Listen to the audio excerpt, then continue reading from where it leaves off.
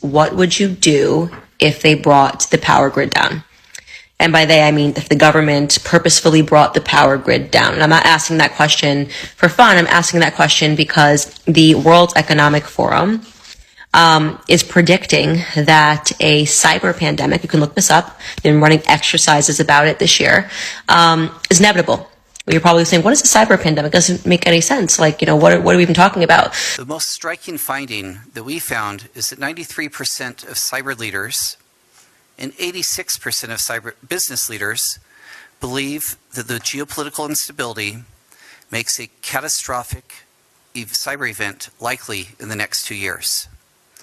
This far exceeds anything that we've seen in previous surveys. Well, the World Economic Forum, yes, run by Klaus Schwab, the World Economic Forum says that we will experience a massive cyber attack that will hit before the year 2025, which will lead to a massive collapse of the banking industry, infrastructure, and so much more. How do they know this? Pay insufficient attention to the frightening scenario of a comprehensive cyber attack, which would bring to a complete halt to the power supply, transportation, hospital services, our society as a whole.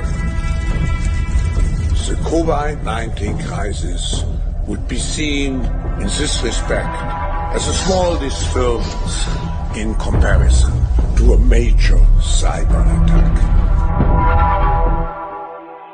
This group specifically has a lot of solutions aside from, things with the banking system that they cannot really justify implementing unless there is some sort of large cyber attack. So what does the WEF Partnership Against Cybercrime want?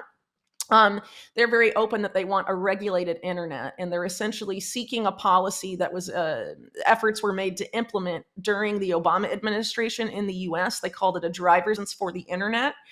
So essentially what this public-private partnership that the WEF is pushing for is for every person's access to the internet to be tied to a digital ID or a government-issued ID, but presumably a digital ID just because of where government-issued ID programs are all going essentially around the world. And the goal of that, of course, if your ID is linked to your internet access, intelligence agencies know exactly what media you are consuming in terms of what you read and also what you post online.